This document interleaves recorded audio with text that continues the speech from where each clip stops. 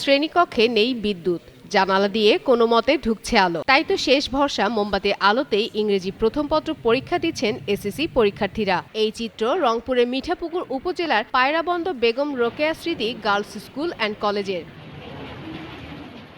গেল রোববার ঘটে এমনই ঘটনা। উপজেলা মাধ্যমিক শিক্ষা কার্যালয় বলছে, কেন্দ্রটির 17টি কক্ষে মোট 854 জন শিক্ষার্থী পরীক্ষায় অংশ নেয়। তবে সকাল থেকেই বিদ্যুৎ না থাকায় অন্ধকারে পড়তে হয় তাদের। পরে বাধ্য হয়ে মোমবাতি জ্বালিয়ে পরীক্ষা নেওয়া হয় তাদের।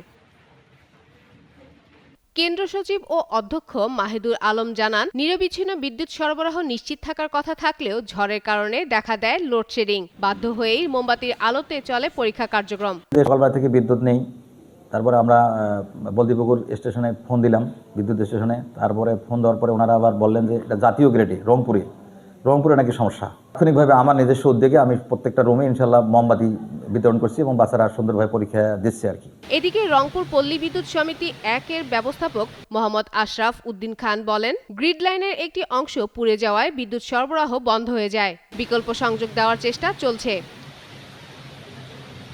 উপজেলা নির্বাহী কর্মকর্তা মোহাম্মদ পারভেজ জানান, বিষয়টি আগে জানানো হয়নি, পরে দ্রুত ব্যবস্থা নেওয়া হয়েছে এবং ভবিষ্যতে প্রতিটি কেন্দ্রে বিকল্প আলোর ব্যবস্থা রাখার নির্দেশনা দেওয়া হয়েছে। ফাতেমা ফাতেহ জান, যুগান্তর নিউজ।